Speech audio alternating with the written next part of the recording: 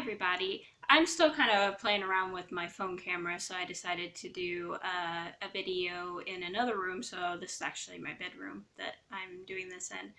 But one thing I wanted to talk about today is the idea that art or entertainment causes violence or causes people who like that artist or entertainer to go out and commit violent acts.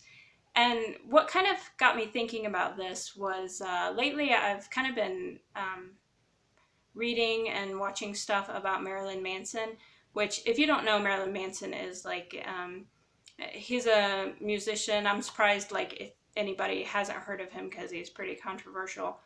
But I'm not actually a big fan of his music. I'm not really into heavy metal and that kind of stuff.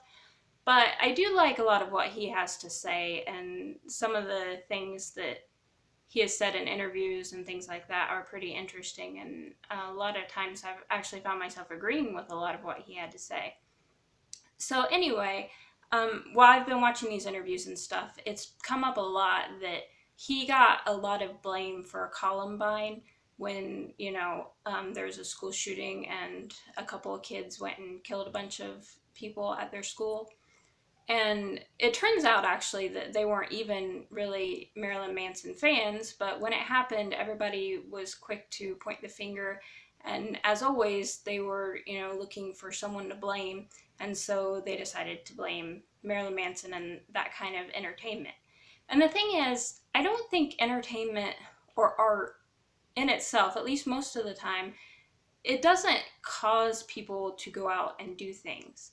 Now, I think the interpretation of art or entertainment, um, that possibly could influence people to do something, but again, that's their personal interpretation of someone's art or music or whatever that may not at all be saying what they think it is.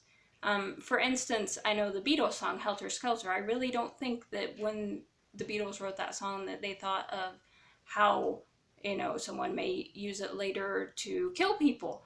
And when J.D. Salinger wrote The Catcher in the Rye, I really doubt that he thought that so many mass murderers would love his book, and that it would kind of become associated with people who are really evil.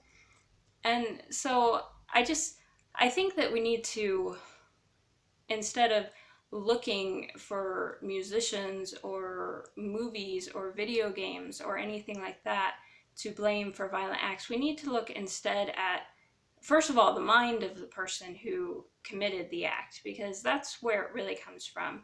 I mean, for instance, the Nirvana song Rape Me, I know that song has caused a lot of controversy, and supposedly even like some people have raped people because they listened to that song or to another Nirvana song about rape, which was Polly. And the thing is, both of those songs are anti rape songs.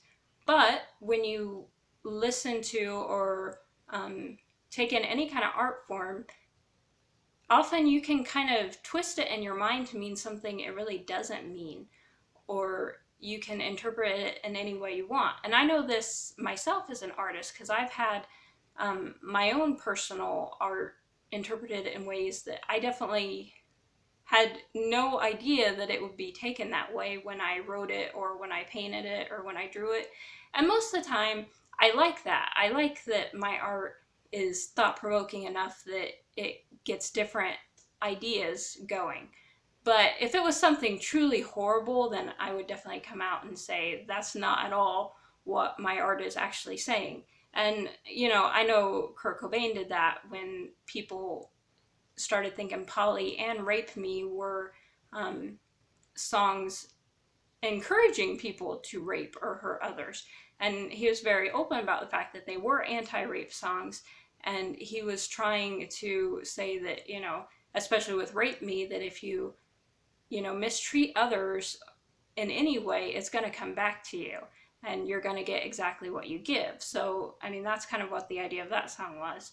So, I think that it's easy to blame artists when their art is misinterpreted, but it's really not their fault that it is taken the wrong way.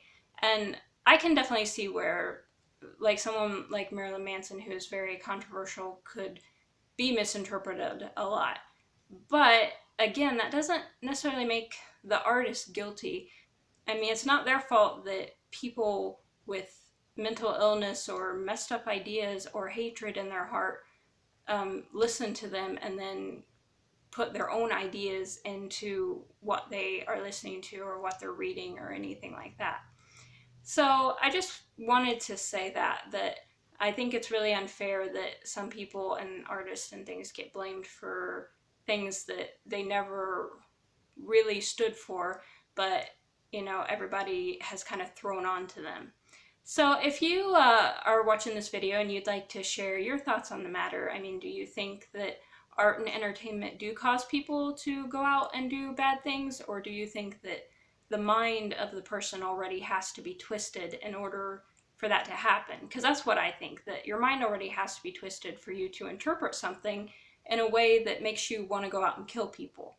And even if you hadn't found one particular art form to support your messed up ideas, then you'll find it somewhere else. I mean, you'll definitely, if your mind is in that kind of a messed up place, then you're gonna do something bad anyway.